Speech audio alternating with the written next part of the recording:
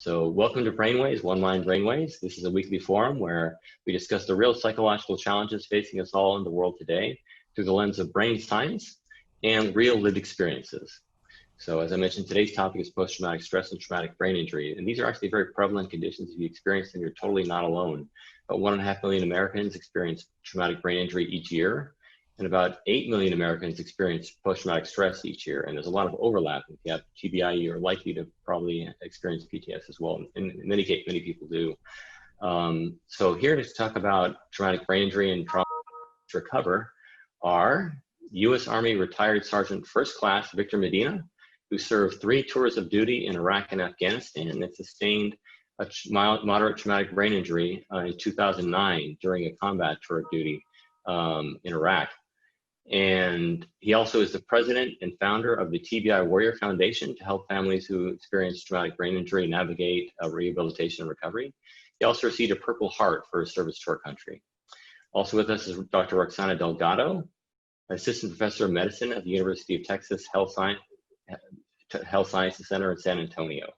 She's also co-founder of TBI Warrior Foundation, and she's also Victor's wife and an amazing caregiver for him during his rehabilitation and recovery.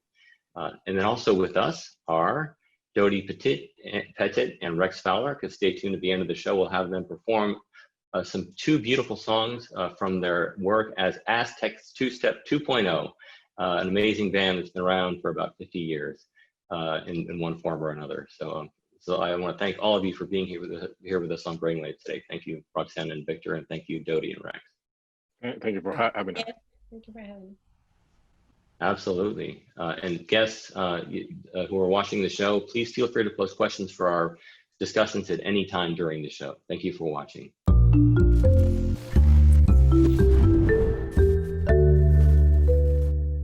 So Victor, we'll start with you and Roxana and talk to you about your experience and what you've done. Victor, can you please tell us a bit about your experience of your traumatic brain injury, some background on that, and how did you even begin to embark on the path to recovery?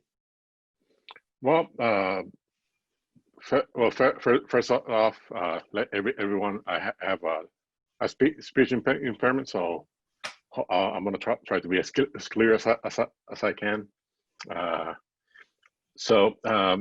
Basically, in 2009, I was in patrolling in Iraq, and my vehicle was impacted by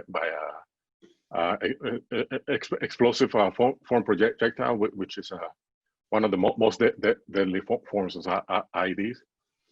And as a result of that, I had scattered bleeding in the brain. I lost consciousness. I had an alteration of consciousness for quite a while. Out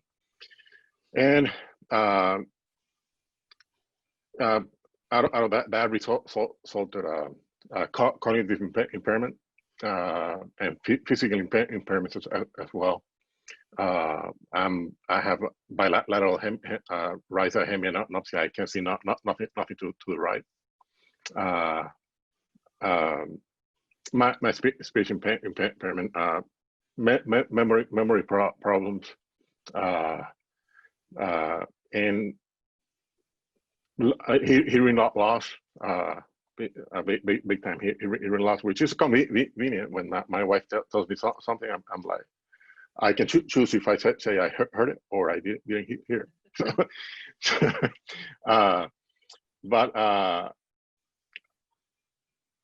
once all that was made back to the States, and I began my journey to recovery, right?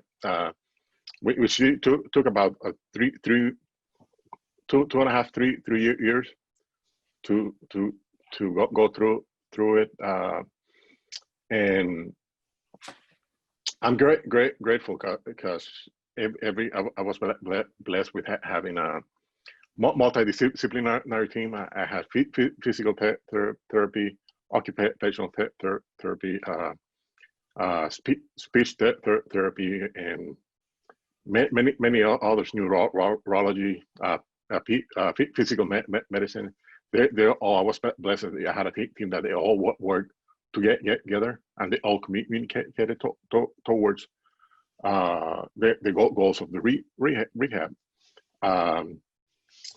And it's thanks to them that I was able, when I'm going through recovery, I was exposed to new things, and I do believe that was the key to really finding my personal goals in life. Given that I couldn't keep my old goals, it's like an old me that died that day, and a new me was reborn. So I really finding, going through rehab, I think it's key with really finding what success was for me, and then making goals towards achieving that success.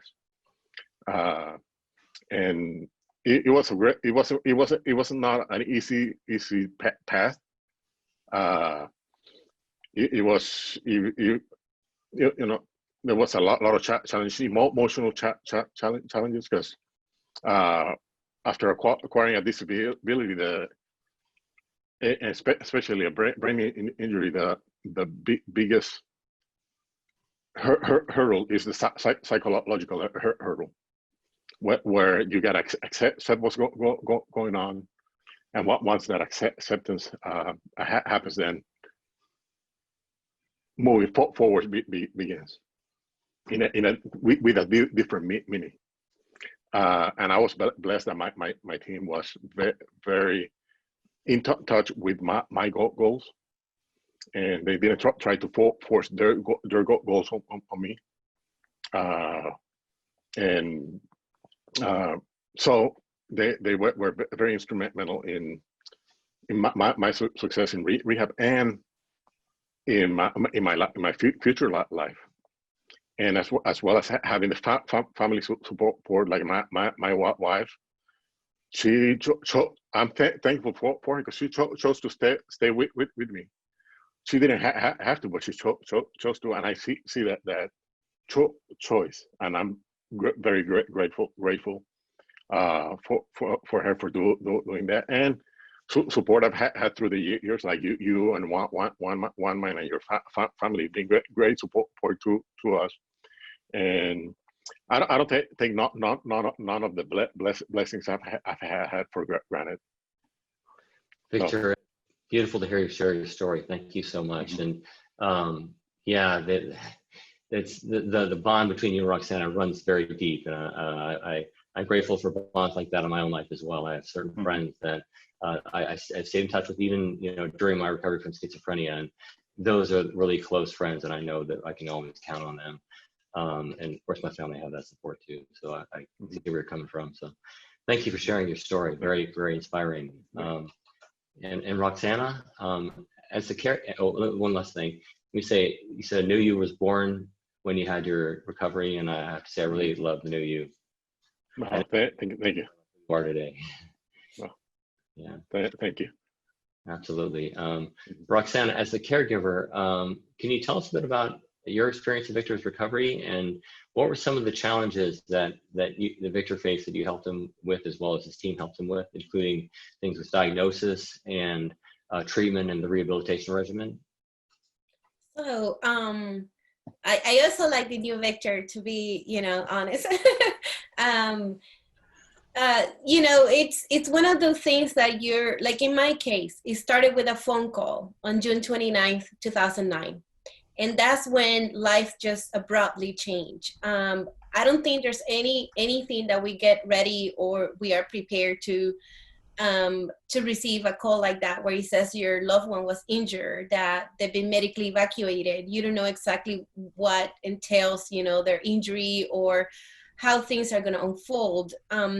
So one of the biggest challenges at the beginning was really kind of like navigating and trying to understand the injury and how things were going to be in the future. You always want to predict, you always want to know, okay, so what is going to happen to my loved one, especially when you love someone so much and you see them having a tremendous career. In Victor's case, seeing him, as a military, working with his soldiers and deploying and doing what he really loved to do. And then seeing how when he came back, he was so different, so many different, if we want to call it like that, impairments. I worry so much at the beginning because I was like, I don't want him to feel so frustrated that he may not be able to go back to do what he loves to do. So walking with him, this journey has been eye-opening. It has been very fulfilling, but I would be lying if I say it was easy. It hasn't been anything easy. Most of the challenges is, first of all, overcoming that first, what I call the trauma of seeing your loved one being injured. It's as if you want to put yourself in that position and saying, I wish I could take all that from you and just take it myself. But I couldn't. And then, navigating the whole system, from a diagnosis for an injury that is not visible. It's really here in the head, it's somewhere, but you can see the impact, the tremendous impact that injury can have in someone's life. So trying to really understand something that you cannot see, that was one of the biggest challenges. And then trying to coordinate the entire medical, management. I didn't know exactly what he needed, when he needed, the prognosis. So anywhere from obtaining, basically that diagnosis. And we know that brain injury is an accumulation of different illnesses too that can come with it. It could have physical disability, it can come with, emotional manifestations. It can also be with cognitive. So there's so many things that play a role in that person's life at that moment. So I will tell you, the challenges in that sense, when it comes to the whole diagnosis, the treatment, the rehabilitation, you don't know for how long, you don't know what to expect. But then on the personal side, this is my husband, this is the person I love. What can I do to make him feel better about himself, make him feel better about what is going on? How can we continue to live a fulfilled life? We had a beautiful life.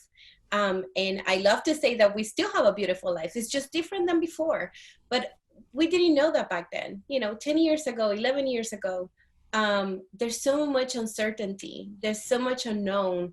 And that's one of the things that I face very much, getting to understand and then getting to know him better, the new him. So. Thank you for sharing your journey as well with me and our viewers today. It's profound to hear about that experience, and you giving a lot of hope, I think, for viewers out there to know that there can be a new life ahead that is just as beautiful and fulfilling as before, through your example of what you and Victor have done together. Because when somebody's in the state of a trauma or an illness, it's hard to see out of that dark hole. And so, thank you for sharing that ray of hope. Thank you.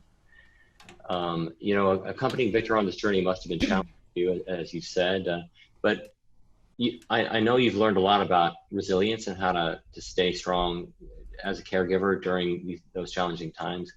What can you share with other caregivers about what you've learned? Well, one of the first things that I always encourage caregivers is to make sure that they don't lose themselves. For me, our identity, who we are, what our dreams are, and our goals, yes, those may change because now we have to step into this new role that, like Victor mentioned, we choose to do.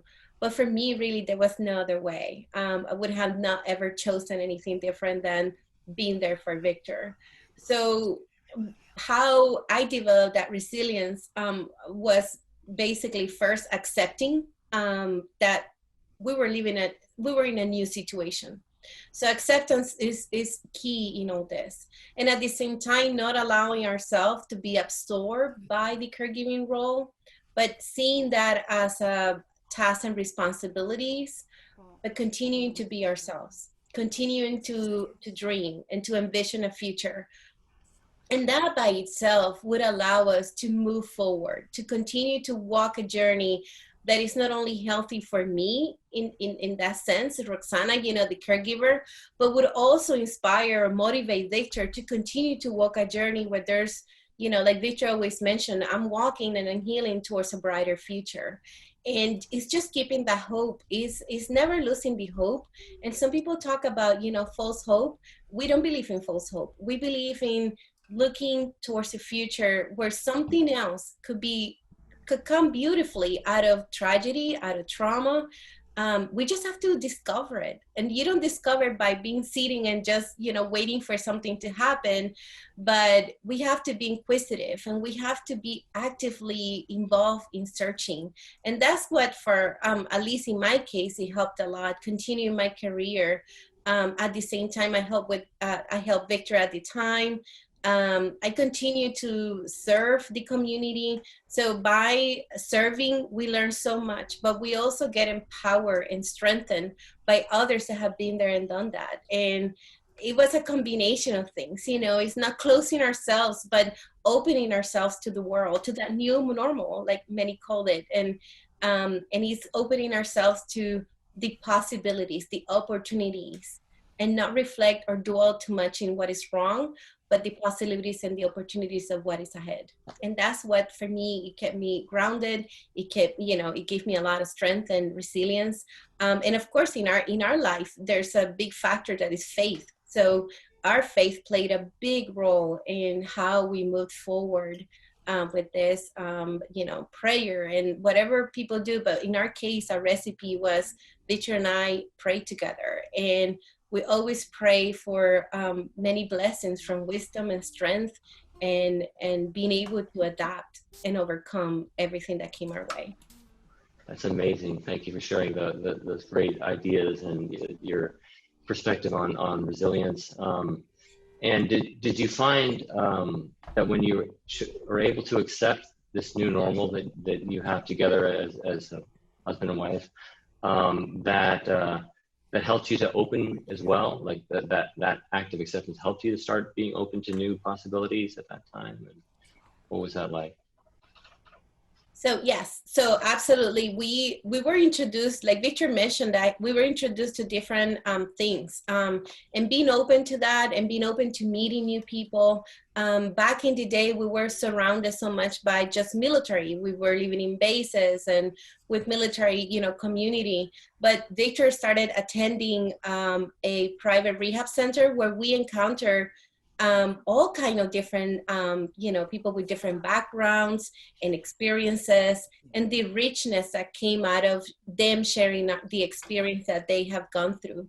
Like people who acquired a brain injury through a car accident, or maybe a suicidal ideation, which was incredibly eye-opening to us, or, you know, or they fell from a ladder at work. So it was not just us with our military experience, but really being in tune and listening to others, in opening ourselves to all the different modalities. Like, I don't know if this is relevant here, but Victor went through music therapy. That was the first time he ever was exposed to music. And there were so many different things and modalities that we were introduced to. And we never shut down and said, no, that's not for us, or no, we wouldn't want to know about it. We were always so, you know, opening into receiving everything that was given to us. And that opened the most beautiful doors to different opportunities, but also rediscovering ourselves. It helps you understand better where you're at. How do you accept where you're going through, and maybe getting some strategies on how to move forward. And that's what happened to us. Fantastic. That openness enabled you to experience so many new things, and there are indeed so many possibilities in the world for beautiful experience and to support recovery. So thanks for sharing that too. Thank you. Yeah, Victor, what did you learn from your own rehabilitation in the human brain that led you to want to found the TBI Warrior Foundation to help other families and individuals? Well, let me tell you, that's an interesting question. Like I keep coming back to learning new things, right? Or being exposed to new things. I remember in my rehab, one of my speech therapies at some point encouraged me to start journaling, right? So I had never journaled in my life. So I started doing that, and that evolved into me wanting to create an online blog. So through the blog, I was blessed to be able to reach to quite a few number of people. So that motivated me into learning more, and with the speech therapy, they kept encouraging. I saw just remember I mentioned the psychological barrier. So as I'm seeing I can do this all the things that I never did before, and I could do them well. So that served as a motivator to stepping up the game, right? And I was amazed myself. I'm like, whoa, I can do this. So eventually, I learn how to code some computer languages. Nothing too like I went to school for it, but I could do simple things. So I could up my blog. I could really revamp because I was learning all this. So I get, and from there I met another therapist. Her name was Erin Mattingly, out of Walter Reed, and she asked me what you want to do in life. What goals you want from therapy. So at this point, I'm like, I want to go back to school, get a master's. I had seen what I could do, and I knew I could not go back to being a soldier, because I couldn't do it physically or mentally.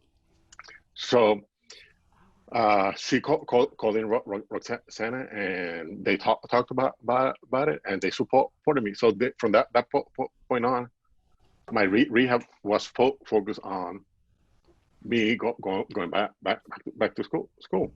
And again, so all I finished. But that's one thing I learned in rehab is being exposed to new things. And I do believe it unlocks new pathways in the brain. I do believe that don't have the scientific proof, but my personal experience, just that exposure unlocked many things that help me redefine my goals. Now, another thing that motivated that brought me to establish the TVA Warrior Foundation is where military and veterans, we get a lot of services, but when I always look to my civilian counterparts, because I did rehab, great part of my rehab on a civilian facility, and I would see like one day they were there, and then the next day they're not there because insurance wouldn't pay. So that was a motivator. If we can do something to serve all military veterans and civilians and children into getting what they need, fulfilling their needs, so they can complete the rehab and what not. So that's one of the ideas behind supporting everyone across the board into getting. I don't see the TVA Warrior Foundation as a handout. I see it as a handout. How to get to the next step, so they can redefine their goals, redefine find their personal, their meaning of success to them, and move forward in life, move forward on a fulfilled life. And so we do that's one of the big motivators I learned, and being exposed to new things is not nothing we focus. That's why we have so many different workshops, like cooking, art. So people get exposed to new things they wouldn't do otherwise, and maybe that unlocks. Maybe that's the key to the future for their life. Yeah, so you're really applying what you learned from your own rehabilitation recovery, like Roxana both described, learning new things, and to build confidence and open up new pathways in the brain so people can know and know that there is hope, that they can live a fulfilled life and actually pursue it again. That's fantastic. Thank you for all the amazing work you're doing with TBI Warrior Foundation. Roxana, what are some of the differences between traumatic brain injury and non-physical brain trauma, based on your knowledge of the science? So that's an amazing question. I am not a clinician, so I'm not going to even endeavor to answer a clinical, to provide a clinical answer. But from a research perspective, we know that more than 60% of, or more than 90% of traumatic brain injuries don't show in imaging. So that presents an incredible challenge in terms of diagnosis. And when we know that sometimes diagnosis, it may be looked at so subjective. One of the biggest, big challenges or differences between when someone has a traumatic brain injury versus other, like you said, non-physical brain trauma, is that with the traumatic brain injury, you have a cluster. It has been, demonstrated that there's a cluster of diseases that can happen with it. So from, that could produce, like Victor mentioned, his hemianopsia. So some loss of vision, peripheral vision. We have some physical, tangible, objectively things that you can measure, like vision and things that has to do more with mobility or physical, impairments. With the non-physical, brain illnesses, what happens is that it's really so subjective, or what appears to be so subjective. And that brings a challenge about itself, because sometimes what I have seen in friends and people that we have worked with, of course, not on the clinical setting, but, friends of ours and people that we serve in the foundation, is that they tend to think, is this something that I'm creating for myself, or is this real? And we know that the effects are real. We know that it affects their quality of life. We know that affects the way they perform at work, and the way they perform at school, and the way they perform in social gatherings. And we know that is very tangible, and you can measure that in terms of the person. But then when it comes to putting a name to it, or being able to show a metric or something, there's really nothing to show for. And that exacerbates a frustration in the person. And that's, personal experience of how we have seen that. And then the person gets frustrated, and there's no really a validator. And sometimes when these injuries happen, there's something about having closure with being validated and putting a name to it, and being able to know what they're against or what they need to do to overcome that. So one of the biggest differences would be that with brain injury, you can see something, you can kind of like quantify in some way certain, impairments. With the non-physical brain illness, there's really not much. And when you have so much stigma also out there, where they say, somebody not long ago, I remember I said, I feel like it's in my head. And I said, well, it's actually really in your head, but you just cannot see it. But I wish at some point in time, and that's why I applaud so much the work that One Mind is doing, because I think that that's where the need is. In the meantime, like we always, and Victor and I, we share with our team and everything. In the meantime, TBI Warrior Foundation can fulfill the needs of this population and help them find and achieve that quality of life and reintegration to society, and understanding better their condition, and understanding that they can be as, productive as they want to be. But there should be no shame on it. on doing that. In the meantime, we love that One Mind is looking at the future, finding and pinpointing in the brain where these changes are happening. And that's where I feel that, you know, we're so blessed to be, you know, to know you, Brandon, and the One Mind, and seeing the tremendous work that has happened in the past, you know, decades and years, and how, you know, our hope, honestly, and while we do this work, we're always looking up to you guys, thinking, when will be that time where science can cut up to these diseases, these illnesses, and we're going to be able to say, this is your diagnosis, this is how we came. I think it will create so much closure, and it will allow this community to move forward in a healthy way, understanding that these illnesses are as valid as any other physical injury. So yeah, completely agree. You know, we're working, as you say, to find ways to diagnose illnesses, you know, through what's going on in the brain, so people know it's physical just as much as it is a psychological thing, and that's one way also to treat it. But we make a great team, the TBI Warrior Foundation, One Mind, helping people with direct services, and this One Mind with the science, as you say. So thanks for all your amazing work.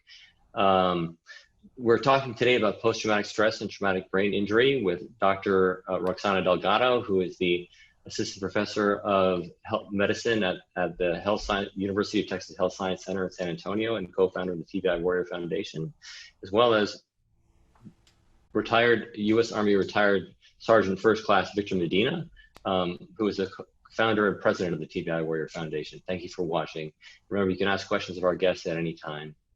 So I just want to mention one thing. Victor, June is Post-Traumatic Stress Awareness Month. What is the most important thing for viewers to know about post-traumatic stress and overcoming traumatic brain injury? Well, for the general public, I would say people with PTS and people with TBIs, they live in our communities, and we count on people's support and understanding. People don't need to be experts to show some compassion towards other people. So I would say community-wide support for those PTS accepting in the community. For those that live with TBIs or PTS is may goals every day. We're towards those goals. Stay busy. These beliefs may not disappear. They may be there for the rest of our lives, but keeping our minds busy, it will serve as a walk around from our disabilities. I'm not saying that it's going to go away. We've all seen things that were not meant to be seen, especially in the veteran community, that we close our eyes. They involuntarily, they just calm, or when we sleep, or we get irritated for let's call it short fuse. Situations like that just stop, always stop. And think what's going on. Take a deep breath. Let it calm, and let it go, and then keep moving forward. Just understand with PTS it's not the fault of our family, of our friends. So I would say don't take it on no one. Just pause, disengage, think, and then act. Yeah. So it's gonna get better. The more it's like muscle memory. The more you do it, it becomes second nature. Mm-hmm. In my experience, it does work. Victor, yes. sorry, sorry to interrupt, but thank you so much for sharing your insights there. I Sure. want to say how valuable that is for our viewers to hear, and for your insights on involving people in the community who who have traumatic brain injury and post-traumatic stress, because that is key to helping people to get back into the life that they deserve to live, and to reach the goals that matter so much to them. Mm-hmm. Thank you so much, Victor. Thank you. Absolutely. Roxana, what can viewers do to help? Well, first, identify in your own communities what are those programs that exist for people with, traumatic brain injury, brain illnesses, and support those programs. We're big in we need to be planted and grow in our own communities. When it comes to the TBI Warrior Foundation, we would love if you go to our website, if you see, to explore what we're doing. And if you have it in your heart to see anywhere to support, the endeavor, that would be greatly appreciated. But more than anything, we want to do like an action, a call to action in terms of, reducing the stigma, learning to understand or, understand better these conditions. If you could go, to a website or anywhere where you can find some information, we have some in our website, and One Mind also provides a lot of information. I think that knowledge is power, education is power. And the more we understand conditions, the better we're ready to and prepared to help those who are suffering from that. Be compassionate, be kind. Don't judge people for how they act in certain circumstances, but try to have an open mind. And if you are one of those who are suffering with any kind of brain illness or a caregiver, we always say don't lose hope, because hope really helps you to move forward. Sometimes it just takes identifying resources in your own communities, connecting with others that have been there, done that, like Victor says, or that have walked this journey. And sometimes that's where the key to success is not walking this journey alone, but walking this journey with others that have already walked the walk, and they have found ways to succeed. So I would say that's how people can help. And we do have a program right now that is a COVID-19 response program. We have been receiving a lot of requests for help with medical equipment, respite care, and we have been helping people from across the nation. So if you go to our website, you're going to be able to see what are the areas that we're supporting our community. And if you have it in your heart, just join our mission and help us help others. So Roxana and Victor, thanks so much for the work that you do to help people with traumatic brain injury and trauma in general. For more information, please go to the TBI Warrior Foundation website at tbiwarriorfoundation.org. Thank you so much, Victor and Roxana, for sharing. You've learned so much, and for sharing all that you've learned. It's just so much value for everyone out there to hear. Thank you. Thank you for having us. Thank you for having us. Absolutely. So Rex and Dodi, thank you for being here with us as well. For nearly half a century, folk rock duo Aztec Two Step has delighted audiences around the world with their amazingly beautiful harmonies and thought-provoking lyrics and emotionally deep, profound themes in their music. But now there's a new duo in town, which is actually composed of one member of Aztec Two Step, the initial duo. That would be Rex Fowler, who's still with us today after Neil Schulman, the other founding member, has retired. And there's also now Rex's wife, who's joined the duo. So now it's Rex and Dodi. Dodi Petit, singer, songwriter, and recording artist Dodi Petit. So now it's Rex and Dodi, or Aztec Two Step 2.0, and we're so excited and happy to have them with us today. Dodi and Rex, thank you so much for being with us. It's great to be here. It's an honor. Thank you. It's an honor. Absolutely. Yeah, thank you for joining. So catch us up. What have you been up to, and what's on the horizon for Aztec Two Step 2.0? Well, Dodi and I are the foundation of the band, but we're really a 5-piece band that has bass and drums and multi-instrumentalists, woodwinds and saxophones and things like that, flute, and we're kind of waiting out the virus so that we can get back out and perform, and we're going to try to, and thank you for the opportunity, because we're trying to familiarize, especially Dodie, ourselves with the technical side of doing some podcasts or whatever you call these. Yeah. So this is one of the, I think only the second one we've done. So it's challenging, but like Victor said, new horizons, new goals. It's always good for the brain to go outside your familiar comfort zone. So Yeah. now Dodie also, I met Dodie in 1979 on a recording project. Her former husband was our band's producer.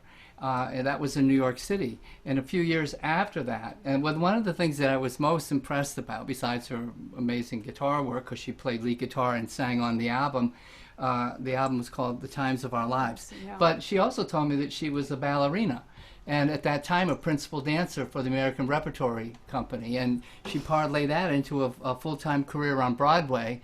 Was almost made the first cast of Cats, and then was brought into the original cast member of Phantom of the Opera, which is the longest running, most successful play on Broadway. So she's had a career, a vast, amazing career, but her first love was playing music and well, I think they were both simultaneous. Ballet shoes at age 8, guitar at age 12, and then they went together. They never parted. But I really wanted to make a life in pop music and stuff, but I love dancing too, so it kind of came together for me. And once I got into a Broadway show, it was really hard to get out, let me tell you. It's so much fun. It is so much fun, especially if you're in a good one. Yeah, congratulations on all your success in music and all you're giving to the world through your music now. Yeah. We're going to hear 2 songs from you today. One is from your new album. It's called Words, and also a favorite from your early days as Aztec Two-Step, the 1972 Baking. So your new release Words is a song about loss and grief and also about love and caring and wanting to help people who are going through challenging times with words. Tell us, what inspired you to write that song? Well, it started when my former partner's wife, Karen, passed away at the very end of 2017. And I began the song then. And I gave it a first draft. I had the music, and most songs take several drafts before they're ready to be, performed. And so I sent my partner, Neil, a draft of the lyrics. And he wasn't at that point really able to focus on that. And honestly, the song just kind of went to the side. I just moved it to the side. And then with the COVID-19 and the lockdown, I thought it occurred to me that the themes here were something that people who lost someone. In Karen's case, it was cancer, but obviously with COVID-19, there's been a lot of loss and a lot of pain and suffering. And it occurred to me that it might be something that would bring some solace as well. Dodie lost her husband tragically and dramatically to a heart attack. And when I bumped into her post, that loss, I could see physically, the how she was really having a hard time dealing with it. And luckily, she was able to get through it, and we reconnected, and we were married a couple of years ago, and coming up a couple of years ago, and we live in her house here in Westport, Connecticut. And her late husband was Kevin Gray, who was also a Phantom in Miss Saigon and in The King and I, and any number of shows on Broadway as well. He had a very distinguished career. So It's and Dodie and he started a Broadway musical. They wrote it back in the early 2000s, and since his passing in 2014. He passed in 2013. But Yeah. since then, she has been working on finishing the musical, and that's been very exciting as well. So it's called Dracula: The Covenant, and when Broadway He's such a promoter. when Yeah. Broadway opens again, we're Hopefully hoping it will that open again. it will it'll find its way. But Yeah. if not, Anyway. she'll have a beautiful recording of it, and people can get it from our website and her Yeah. website as well. I So. can't wait to see that when that comes out. Thank you for that, letting us know. But the song comes from your personal experience on both your parts. And Yeah, and what Well, I think what excuse me. When I first ran into Rex again, this was after some 30 years in 2017 or when it was, and Neil's wife had just died. He did show me the very beginnings of this song and words, and he said, "What do you think?" And we batted it around a little bit, and then we put it on the shelf, and then we just pulled it out 2 months ago, and the two of us decided to finish it up, because I had been through 3 years of bereavement group, stress, trauma, and all that. And so many of the things that it came through about what the words people say to each other are very difficult when you're talking about bereavement and loss. And so we wanted to try to articulate that in this song, that it isn't a pandering song in any way.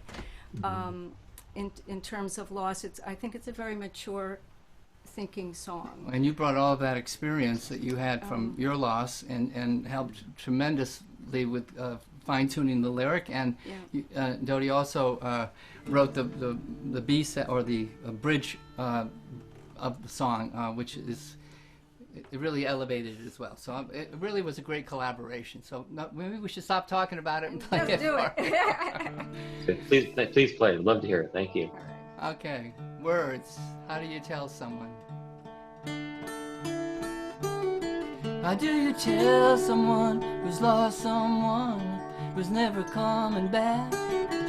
The sadness that surrounds your heart will fade but not to black.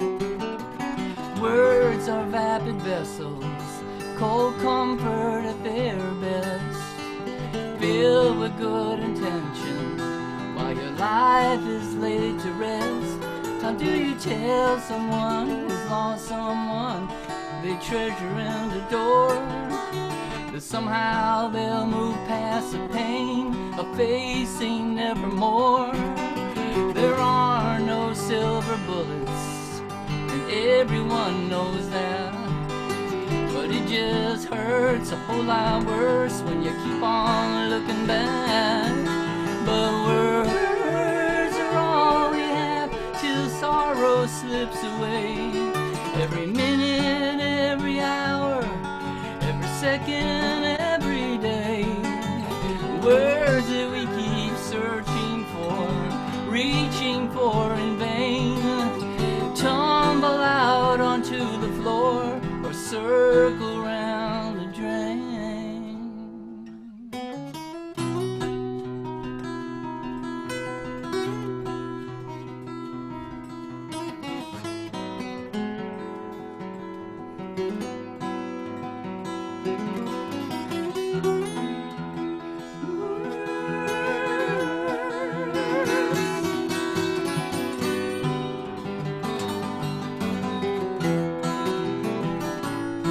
How do you tell someone who's lost someone and then gets lost himself, that it may take a long, long time to crawl out of this hell? No one knows for certain if or when that time will come, so we hold on tight with all our might as we circle round the sun. But words are all we have till sorrow slips away, swirling in the memories of endless yesterdays. Waking up each morning, faking it till when sleep in all its mercy overtakes us once again. But words are beautiful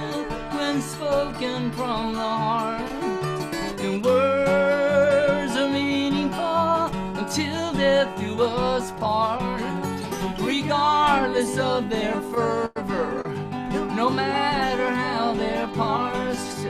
Time alone, and only time, can ease an aching heart.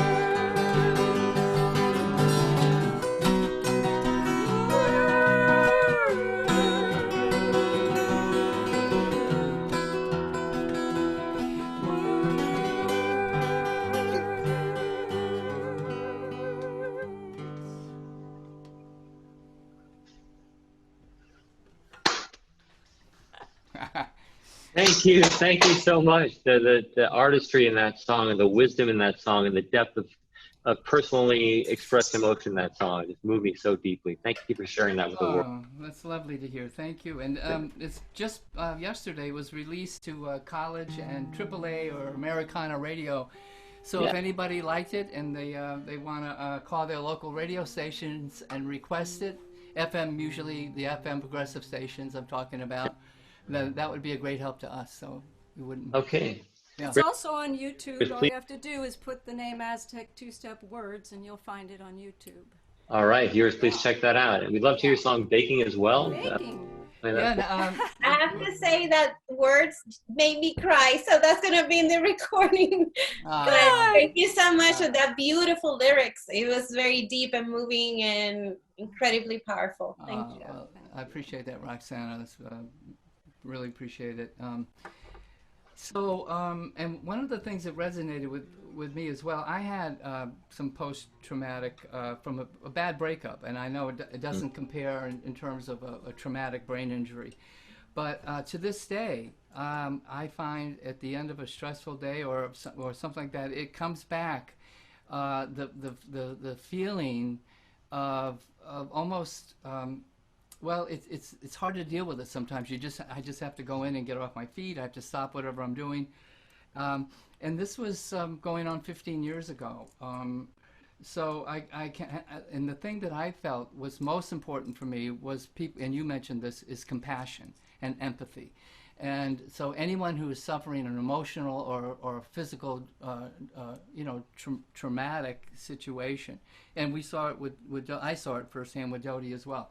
It's really, that's the most important thing, I think, from a perspective of somebody who wants, it's hard to put words on something, but if you can just sit, if nothing else, just sit with somebody and listen. And listen.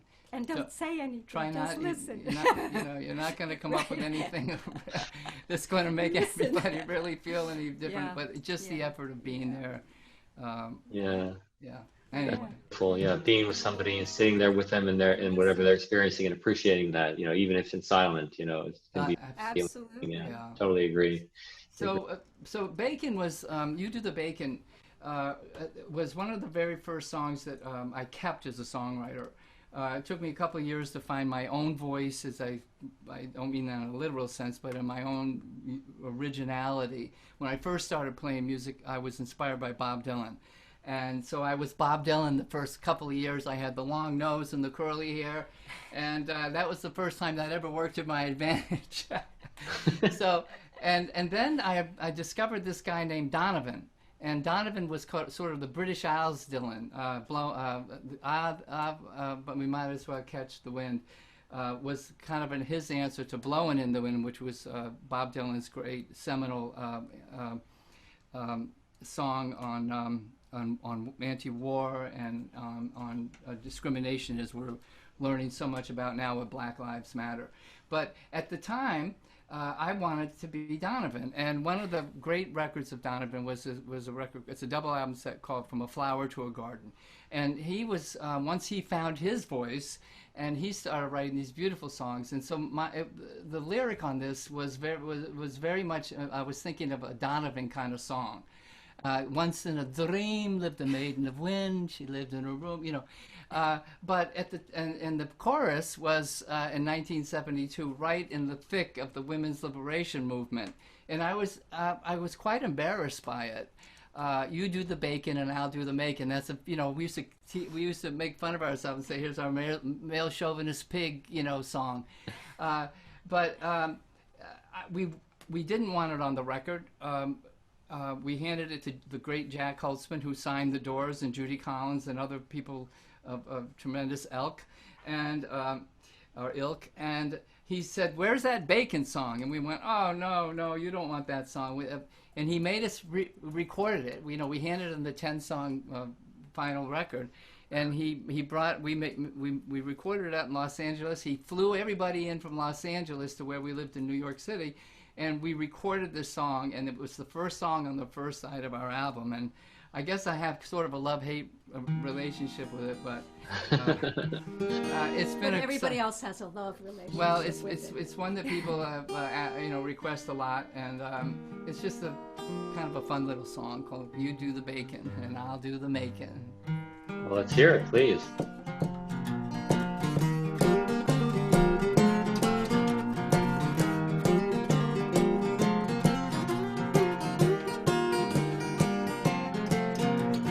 Once in a dream lived a maiden of wind. She lived in a room where all day she would spend.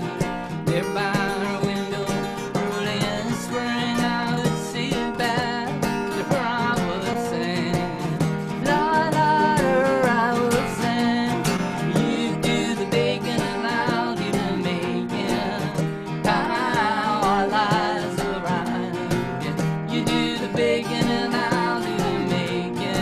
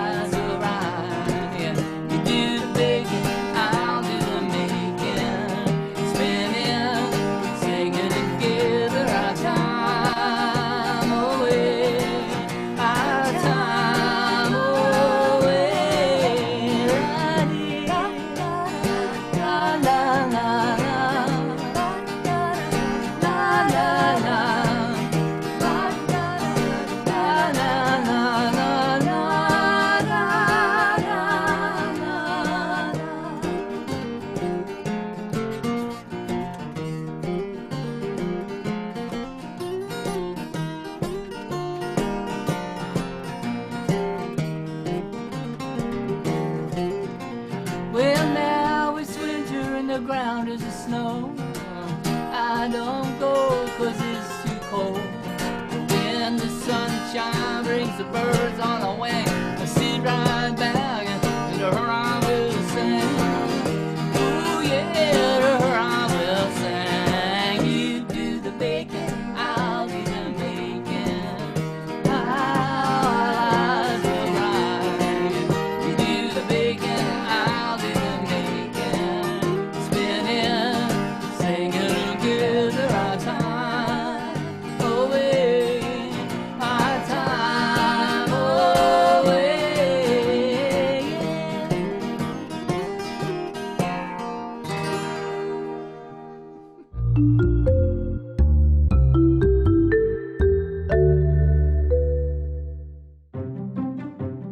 My mother has had depression most of her life. My uncle committed suicide when he was in his 30s. I live with bipolar. Now, more than ever, it's the world's leading cause of disability. Yet research to improve mental health lacks the attention physical health research receives. Visit onemind.org. From the lab to the front lines, accelerating brain health for all. Help us fund new treatments at onemind.org.